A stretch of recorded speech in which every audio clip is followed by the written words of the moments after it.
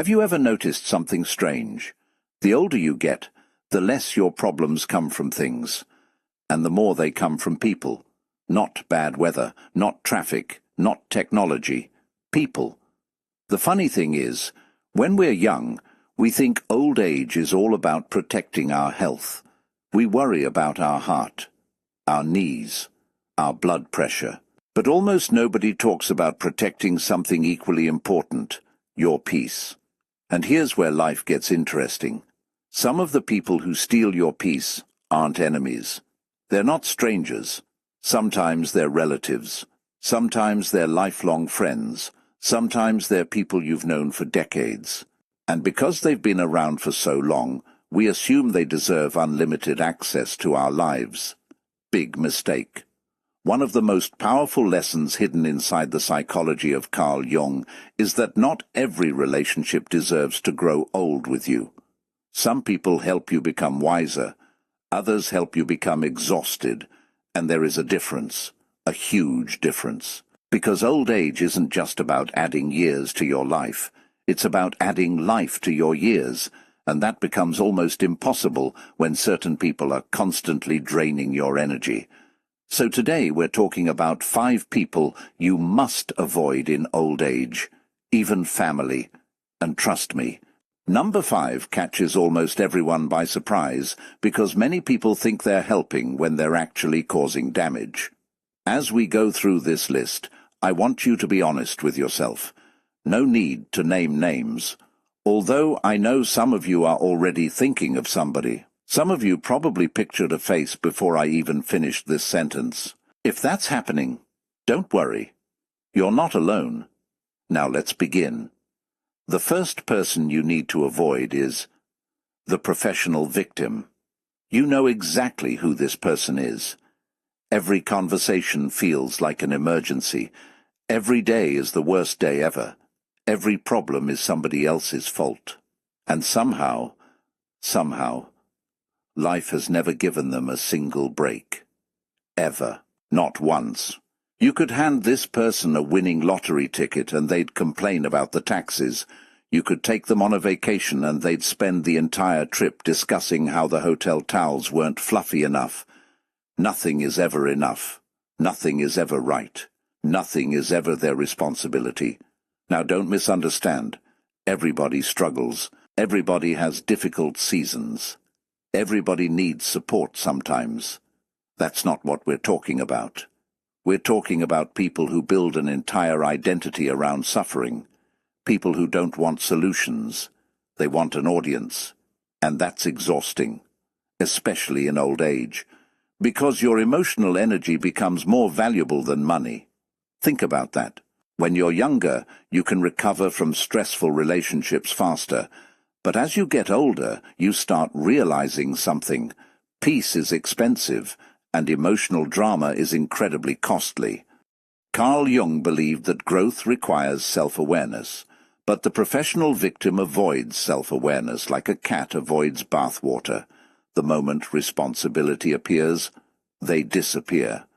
Have you ever tried helping someone who rejects every possible solution? You suggest something. No, that won't work. You suggest another idea. No, I already tried that. Another idea. No. Another. No. Eventually you start wondering why they even asked. It's like watching somebody complain they're hungry while pushing away every plate of food. And here's the dangerous part. The professional victim often creates guilt. They make you feel responsible for their happiness, responsible for their choices, responsible for their emotions. But you're not. And the day you understand that is the day you get a piece of your life back. Let me tell you a quick story. A man retired after working for 40 years. He imagined peaceful mornings, coffee, gardening, relaxation, simple joys. Instead, every single day, one particular relative called him. Every day. Same pattern. Same complaints. Same drama. Same problems. Years passed. Nothing changed. Finally, he realized something shocking. The calls weren't helping that relative. The calls were feeding the cycle. The relative wasn't looking for solutions. They were looking for someone to carry emotional baggage for them.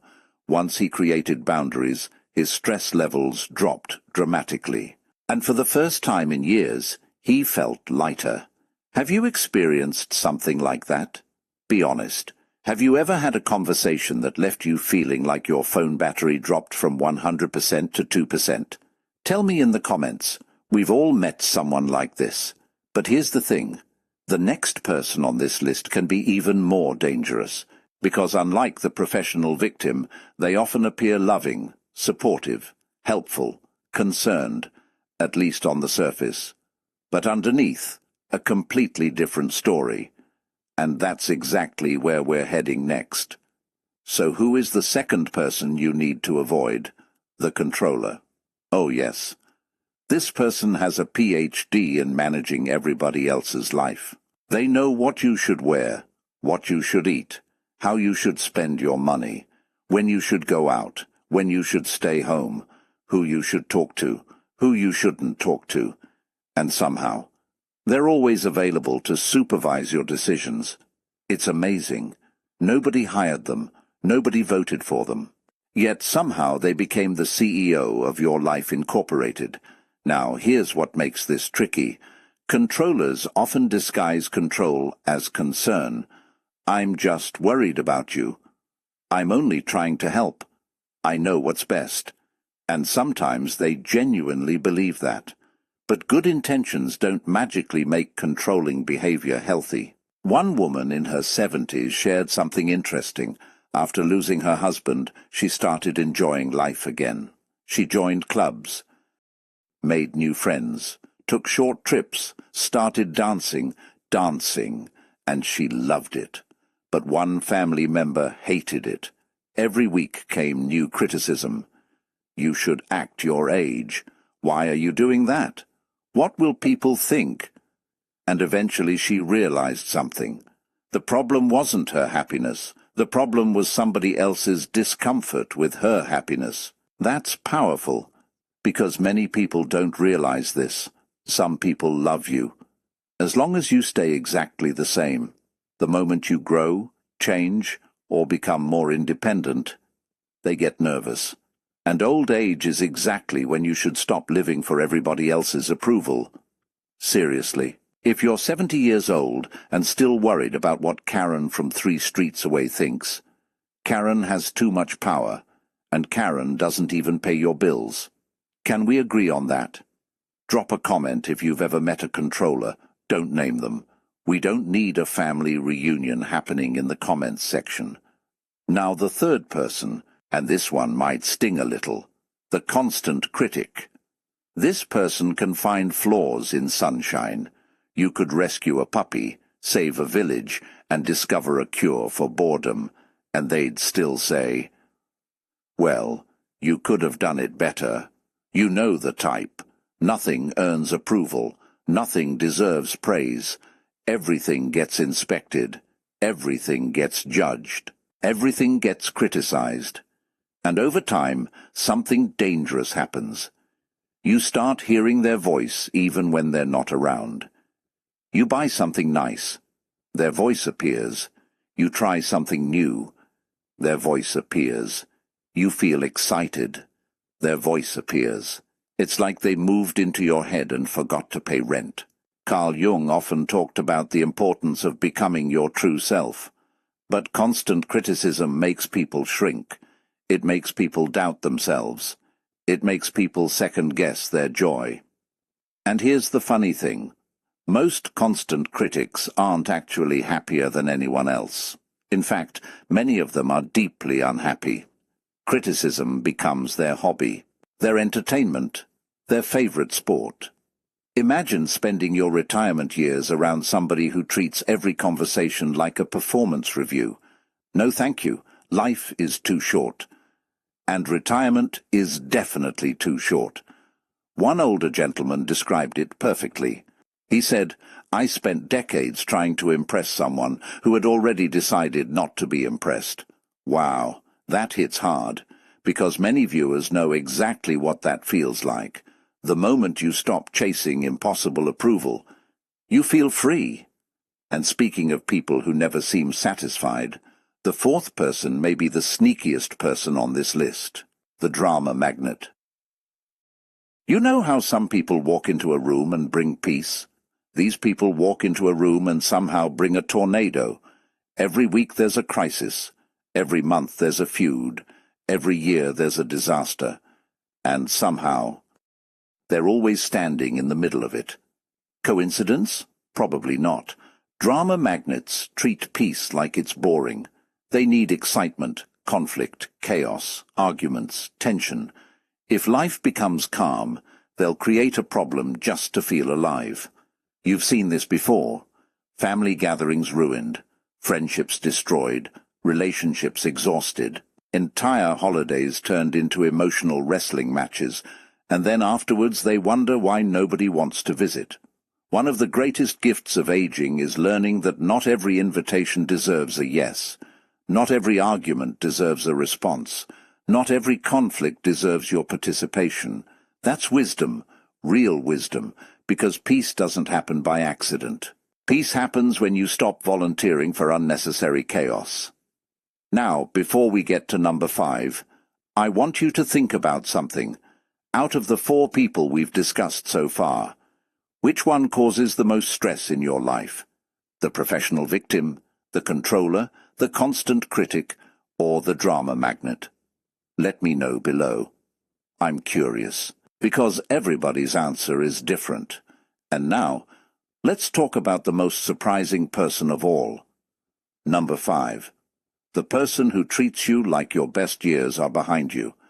This one is dangerous, because it often comes from people who genuinely care about you. Family members, friends, even loved ones. These are the people who constantly remind you of limitations. You're too old for that. You're too old to learn that. You're too old to travel. You're too old to start over. You're too old to try. You're too old to dream. Too old. Too old. Too old. It's amazing how quickly some people try to turn a living human being into a museum exhibit, as if life ends at a certain birthday, as if curiosity expires, as if joy has an age limit. News flash, it doesn't. Some people age physically, others age mentally, and the second one is far more dangerous. The truth is that many people discover their happiest years later in life.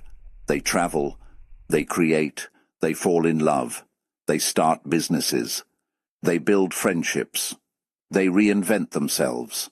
And sometimes the biggest obstacle isn't age, it's other people's expectations. Carl Jung himself continued developing ideas well into later life. He understood that human growth never truly ends.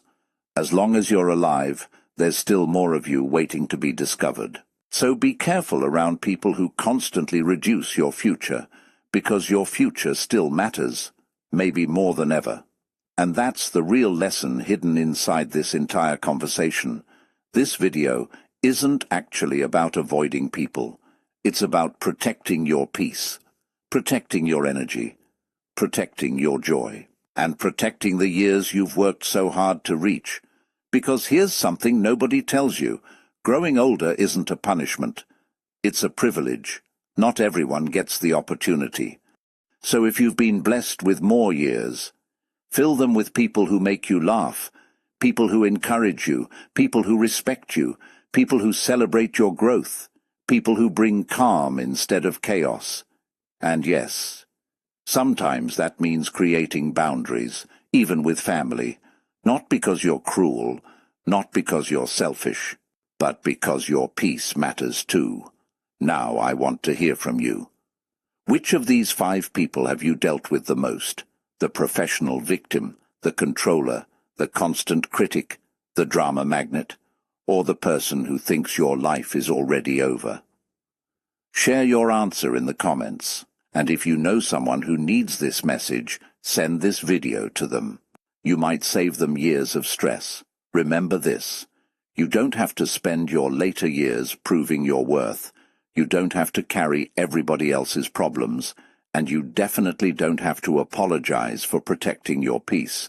Take care of yourself, protect your joy, And never let anyone convince you that your best days are behind you, because sometimes the happiest chapter begins exactly when everybody else thinks the story is ending.